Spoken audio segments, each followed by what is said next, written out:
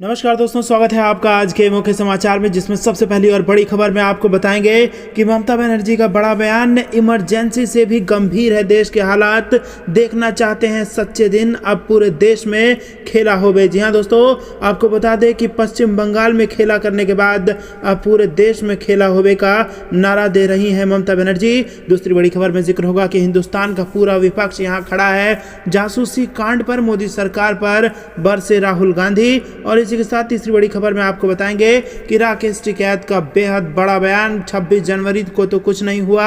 राकेश टिकैत ने कहा कि 15 अगस्त को दिल्ली में फहराएंगे झंडा, 5 गज जमीन दे दो। और इसी के साथ दोस्तों अगली बड़ी खबर में जिक्र होगा कि बिहार विधानसभा में नीतीश सरकार पर गरजे तेजस्वी यादव, अब की बार विपक्ष काफी मजबूत है, आप चोर बाजार से सत्ता में आए हैं। और पांचवी बड़ी खबर में जिक्र होगा पवन खेड़ा का, सुप्रीम कोर्ट के आदेश और नियमों को ताक पर रखकर राकेश अस्थाना को बनाया गया दिल्ली पुलिस का कमिश्नर, ये कांग्रेस ने बड़ा आरोप लगाया है। दोस्तों हर एक खबर की गहराई में आपको ले जाएंगे, लेकिन उससे पहले अगर आपको भी ऐसा लगता है कि वाकई में देश में इमरजेंसी जैसे हालात हो रहे हैं, तो आप अभी इस वीडियो को लाइक कीजिए और कमेंट में लिखिए जय हिंद। दोस्तों रुक करते हैं पहली बड़ी खबर की तरफ। पश्चिम बंगाल के मुख्यमंत्री का बेहद बड़ा बयान, कहा इमरजेंसी से भी गंभीर है हालत, देखना चाहते हैं हम सच्चे दिन। जी हां दोस्तों, आपको बता दें दिल्ली दौरे पर आई पश्चिम बंगाल की मुख्यमंत्री ममता बनर्जी ने एक बार फिर केंद्र सरकार पर हमला बोला। पेगासस मामले पर ममता बनर्जी ने कहा कि मेरा फोन हैक किया गया, अभिषेक और पीके का भी फोन हैक किया गया, अभी कोई भी फ्रीडम ऑफ प्रेस देश में नहीं बचा।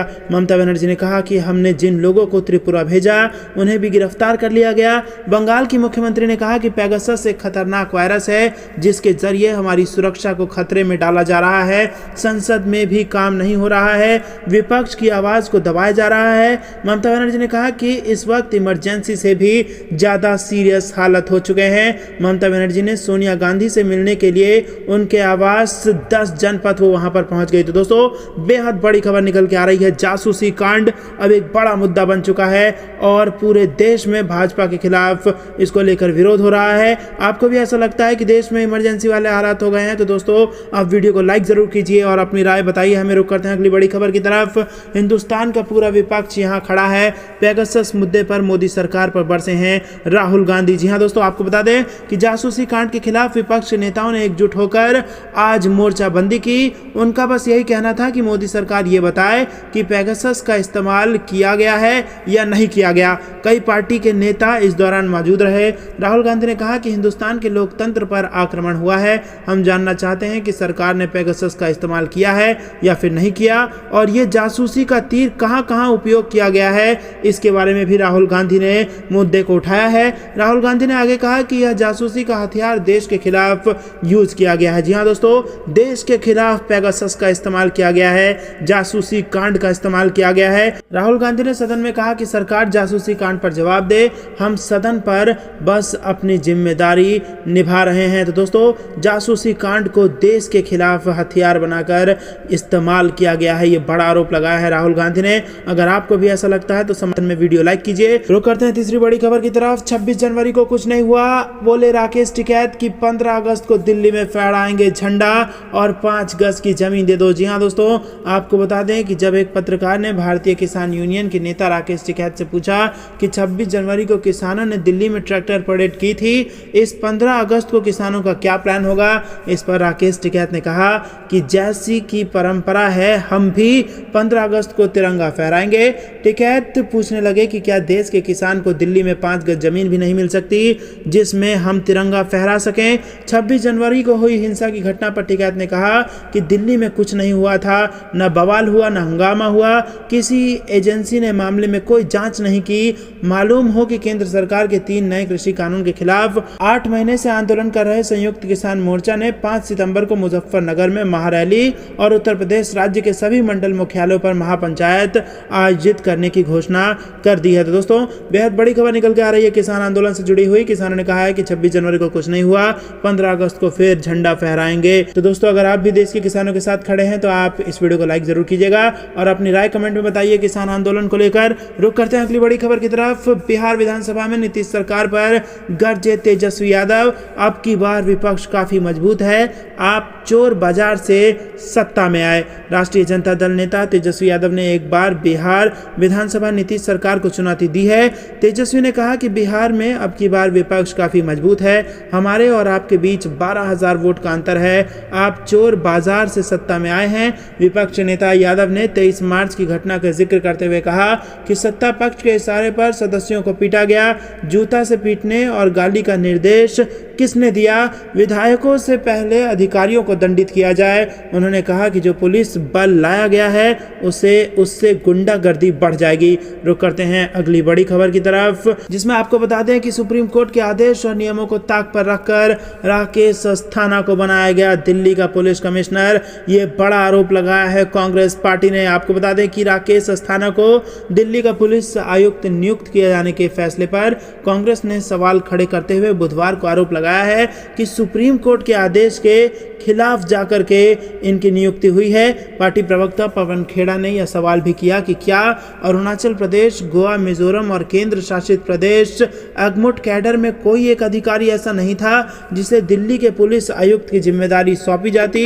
उन्होंने संवाददाताओं से कहा कि राकेश अस्थाना इस नियुक्ति के 4 दिन बाद ही सेवानिवृत्त होने वाले थे। इसी के साथ आपको बता दें कि प्रकाश सिंह के मामले में सुप्रीम कोर्ट ने कहा था कि अधिकारी के सेवानिवृत्ति होने में 6 महीने बचे हों तब उसे डीजीपी स्तर की नियुक्ति दे सकते हैं। दोस्तों रुक करते हैं अगली बड़ी खबर की तरफ। कोरोना गाइडलाइन की ढिलाई पर उत्तराखंड सरकार को हाई कोर्ट की पड़ी फटकार, 4 धाम यात्रा पर लगा दिया प्रतिबंध। जी हां दोस्तों, नैनीताल हाई कोर्ट ने पर्यटक स्थलों पर कोरोना प्रोटोकॉल का निर्देशों का पालन न करने पर उत्तराखंड सरकार को जमकर फटकार लगाई है। कोर्ट ने कोरोना महामारी को देखते हुए सख्त रुख अपनाया है और 4 धाम यात्रा को 18 अगस्त तक प्रतिबंधित कर दिया है। बता दें कि उत्तराखंड के मुख्य पर्यटन स्थलों पर लगातार भीड़ बढ़ रही थी और कोरोना के निर्देशों को भी ताक पर रख दिया गया था। कोरोना की दूसरी लहर से थोड़ी राहत मिलते ही देश में अनलॉक की प्रक्रिया शुरू हो गई है, लेकिन इसी बीच लोगों ने लापरवाही बरतनी शुरू कर दी। कर्फ्यू में राहत मिलते ही लोग सैर सपाटे के लिए पहाड़ी स्थानों पर स्थित पर्यटन स्थलों की ओर निकल पड़े और अब इसी मामले में हाई कोर्ट ने जबरदस्त फटकार उत्तराखंड की सरकार को लगाई है। रुक करते हैं अगली बड़ी खबर की तरफ। दिल्ली में केजरीवाल से मिली ममता बनर्जी, क्या तैयार हो रहा है विपक्षी मोर्चा? जी हां दोस्तों, बेहद बड़ी खबर। 2024 के लोकसभा चुनाव से पहले फिर से एक बार विपक्ष एकजुट हो सकता है और मोदी की मुश्किलें 2024 में बढ़ सकती हैं। अगर आप भी ऐसा चाहते हैं दोस्तों तो अभी इस वीडियो को लाइक जरूर कीजिए। आपको बता दें कि पश्चिम बंगाल में अपनी जीत का परचम लहराने के बाद तृणमूल कांग्रेस की प्रमुख ममता बनर्जी पहली बार दिल्ली पहुंची हैं। अपने 5 दिनों की इस यात्रा के दौरान उनका विपक्ष के नेताओं के साथ मुलाकात और बैठकों का सिलसिला जारी है। बुधवार को मुख्यमंत्री ममता की मुलाकात कांग्रेस अध्यक्ष सोनिया गांधी और राहुल गांधी से हुई। इसके बाद दिल्ली के मुख्यमंत्री अरविंद केजरीवाल उनसे मिलने के लिए पहुंचे। केजरीवाल ममता की यह मुलाकात टीएमसी प्रमुख के भतीजे अभिषेक बनर्जी के आवास पर हुई। मंगलवार को ममता बनर्जी प्रधानमंत्री नरेंद्र मोदी से मिली और कथित पेगासस जासूसी कांड पर सर्वदलीय बैठक बुलाने की मांग की। ममता का दिल्ली यात्रा सियासी गलियारे में चर्चा का विषय बना हुआ है। राजनीतिक विश्लेषक इसे 2024 के लोकसभा चुनाव से जोड़कर देख रहे हैं। जानकारों का कहना है कि ममता बनर्जी मोदी सरकार को संसद से सड़क तक घेरने के लिए विपक्ष का एक मजबूत मोर्चा तैयार करने की कोशिश में है। इस सिलसिले में वो विपक्ष के तमाम कद्दावर नेताओं से मिल रही हैं। सोनिया गांधी से मुलाकात के पहले उन्होंने पेगासस मामले में केंद्र सरकार पर जबरदस्त हमला बोला। इसके साथ दोस्तों रुक करते हैं अगली बड़ी खबर की तरफ। यूपी चुनाव में भाजपा को घेरने के लिए समाजवादी पार्टी ने शुरू की मोर्चाबंदी और इन 2 दलों के साथ हुई जुगलबंदी। जी हां दोस्तों, आपको बता दें कि समाजवादी पार्टी अध्यक्ष अखिलेश यादव ने फिर से अगले साल विधानसभा चुनावों के लिए मैदान में वो उतर गए हैं।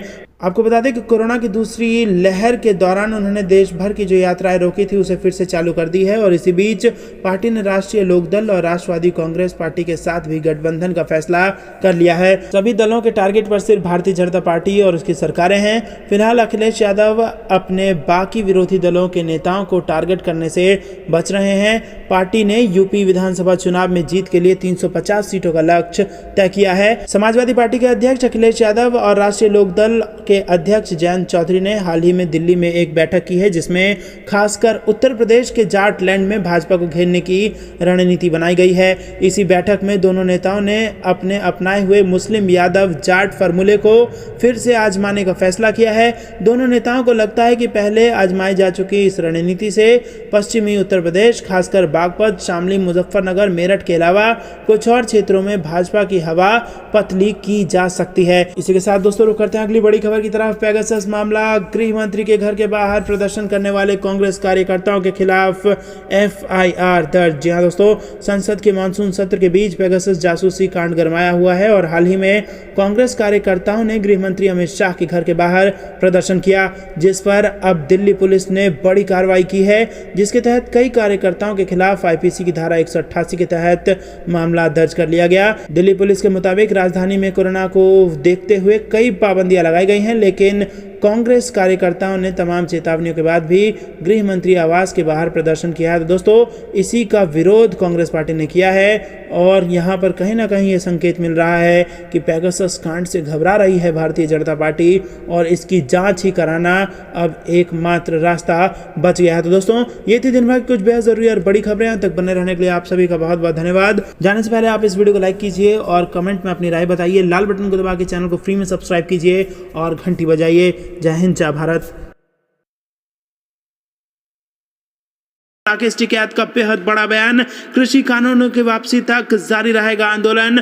15 अगस्त को ट्रैक्टर से दिल्ली कूच करेंगे किसान। जी हां दोस्तों, आपको बता दें कि केंद्र सरकार जब तक तीनों कृषि कानून को वापस नहीं लेती तब तक किसानों का आंदोलन जारी रहेगा। इसे तेज करने के लिए किसान संगठनों के साथ मिशन यूपी और उत्तराखंड चलाया जाएगा और 15 अगस्त को किसान ट्रैक्टर से दिल्ली कूच करेंगे। जी हां दोस्तों, आपको याद होगा 15 अगस्त का दिन और उस दिन क्या हुआ था लाल किले पर। अब फिर से 15 अगस्त को किसान ट्रैक्टर से दिल्ली कूच करने वाले हैं। ये बातें भारतीय किसान यूनियन के राष्ट्रीय प्रवक्ता राकेश टिकैत ने मंगलवार को आगरा लखनऊ एक्सप्रेसवे पर ताका क्षेत्र में स्वागत के दौरान कही है। तो दोस्तों, बेहद बड़ी खबर यहां पर निकल के आ रही है। राकेश टिकैत ने बड़ा बयान दिया है और कहा है कि 15 अगस्त को ट्रैक्टर से दिल्ली कूच करेंगे किसान। दोस्तों, अगर आप भी किसान आंदोलन का खुलकर समर्थन करते हैं तो आप अभी इस वीडियो को जरूर लाइक कीजिएगा। रुक करते हैं अगली बड़ी खबर की तरफ।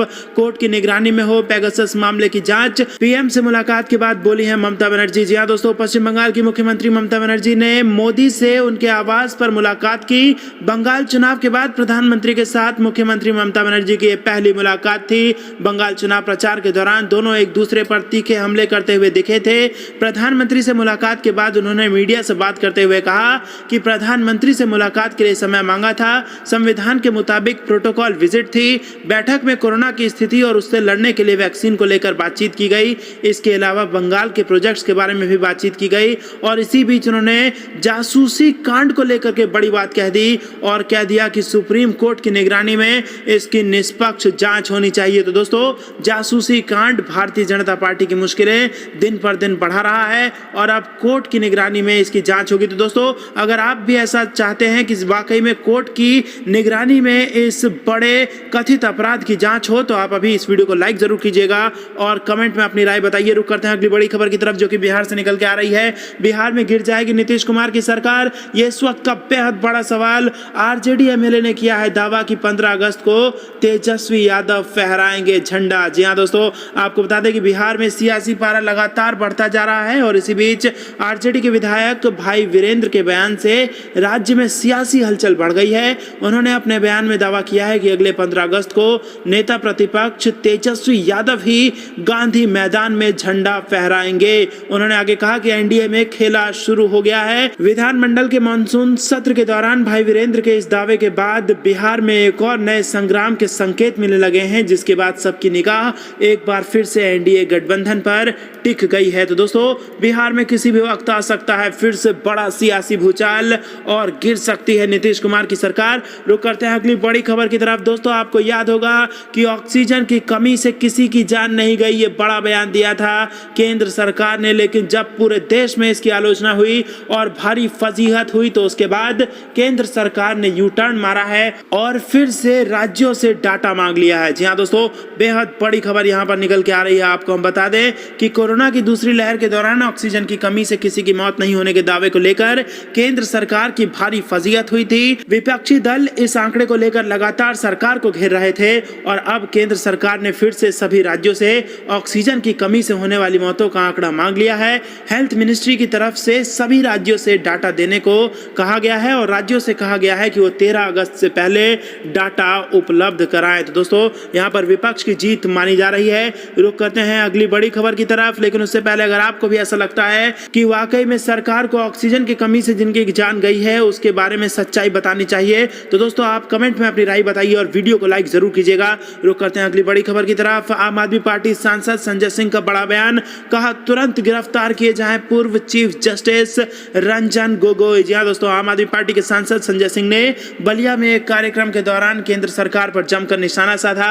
संजय सिंह ने इस दौरान पूर्व चीफ जस्टिस रंजन गोगोई की गिरफ्तारी की मांग तक कर डाली। जी हाँ दोस्तों, बेहद बड़ी खबर, पूर्व चीफ जस्टिस रंजन गोगोई की गिरफ्तारी की मांग कर दी है। यहां पर सांसद ने संजय सिंह पेगासस जासूसी कांड को लेकर भी केंद्र सरकार पर जमकर बरसे।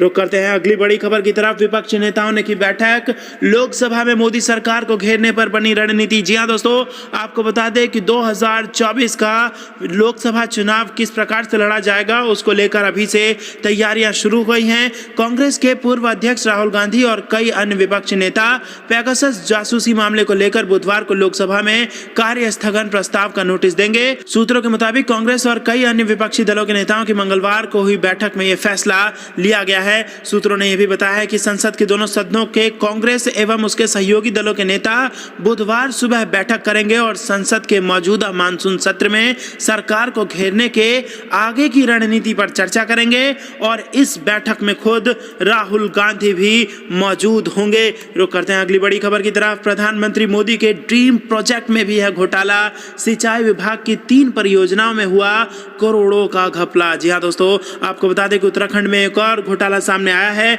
हरिद्वार में सिंचाई विभाग की 3 परियोजनाओं में करोड़ों का घोटाला सामने आ गया। शासन तक इसकी शिकायत की जा चुकी है। इन परियोजनाओं में प्रधानमंत्री मोदी के ड्रीम प्रोजेक्ट को भी पलीता लगाया गया है। सोलानी नदी के लिए केंद्र पोषित योजना में भी करोड़ों रुपए ठिकाने लगा दिए गए हैं। किसानों को भूमि अधिग्रहण के लिए आय मुआवजे को खर्च कर दिया गया है, जबकि किसानों को 1 रुपए तक भी नहीं दिया गया। रुक करते हैं अगली बड़ी खबर की तरफ। कोरोना की दूसरी लहर में देश की इकोनॉमी पस्त, IMF के अनुमान ने बढ़ाई सबकी टेंशन। जी हां दोस्तों, कोरोना की दूसरी लहर ने भारत की इकोनॉमी को बुरी तरह से प्रभावित किया है। यह दावा अंतर्राष्ट्रीय मुद्रा कोष की रिपोर्ट में किया गया है। यहाँ पर आपको बता दें कि IMF की रिपोर्ट में कहा गया है कि मार्च से मई के दौरान कोरोना की दूसरी लहर से भारत में विकास की संभावनाएं अब कम हो गई हैं और इस झटके से उभरने में वक्त लग सकता है। इकोनॉमी पर IMF के इस अनुमान से भारत सरकार की टेंशन बढ़ने वाली है।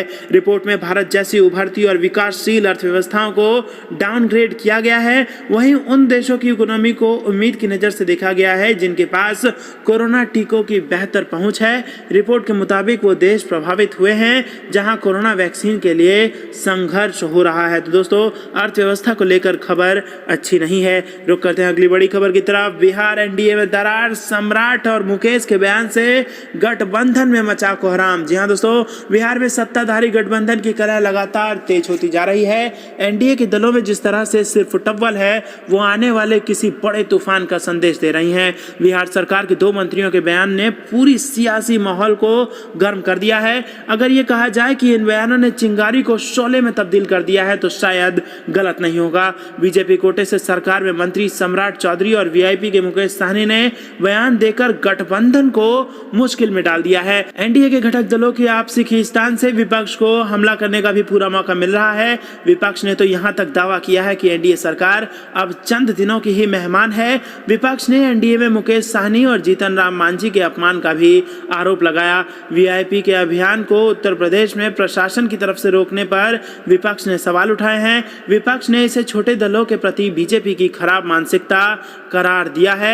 वहीं आपको बता दें, बिहार NDA में सबसे बड़ी आग, नीतीश कैबिनेट के मंत्री सम्राट चौधरी ने भड़का दी है। तो दोस्तों, बिहार में किसी भी वक्त बड़ा सियासी भूचाल आ सकता है और एनडीए में फूट के यहाँ पर सीधा सीधा संकेत सामने आ रहे हैं। रुक करते हैं अगली बड़ी खबर की तरफ, जो कि उत्तर प्रदेश से है। यूपी चुनाव 2022 में अखिलेश यादव को मिला शरद पवार का साथ, सपा के साथ गठबंधन करेगी एनसीपी। जी हां दोस्तों, उत्तर प्रदेश विधानसभा चुनाव 2022 में समाजवादी पार्टी के साथ मिलकर एनसीपी चुनावी मैदान में कूदेगी। मंगलवार को राष्ट्रवादी कांग्रेस पार्टी के महासचिव के शर्मा और प्रदेश अध्यक्ष उमाशंकर यादव ने यह बात कही है। लखनऊ प्रेस क्लब में पत्रकारों से बात करते हुए के शर्मा ने कहा कि उत्तर प्रदेश का हाल बुरा है, इसे सुधारना होगा। यहां समाजवादी पार्टी के साथ मिलकर हम चुनाव लड़ेंगे। इस बाबत सपा प्रमुख अखिलेश यादव से भी बात हो गई है और अब केवल सीटों का चयन होना है। उन्होंने यह भी कहा कि पार्टी सुप्रीमो शरद पवार ने साफ किया है कि उत्तर प्रदेश में एनसीपी को युवाओं, किसानों और महिलाओं की आवाज उठानी होगी, क्योंकि वहां भाजपा सरकार लोकतंत्र के लिए खतरा पैदा कर रही है। जो भी आवाज उठा रहा है उसके खिलाफ कार्रवाई की जा रही है, उसकी आवाज को दबाया जा रहा है। यूपी में धर्म परिवर्तन कानून पर उन्होंने कहा कि जबरन धर्म परिवर्तन कराना गलत है, पर यदि इच्छा से कोई धर्म परिवर्तन कर रहा है तो इसमें किसी को क्या आपत्ति है। तो दोस्तों, ये थी दिन भर की कुछ बेहद जरूरी और बड़ी खबरें। अंत तक बने रहने के लिए बहुत बहुत धन्यवाद। जाने से पहले आप इस वीडियो को लाइक जरूर कीजिए, कमेंट करके अपनी राय बताइए और चैनल को सब्सक्राइब करके बेल आइकन दबाइएगा अगर अभी तक सब्सक्राइब नहीं किया है। तो दोस्तों, आज के लिए इतना ही। अंत तक बने रहने के लिए बहुत बहुत धन्यवाद। जय हिंद, जय भारत।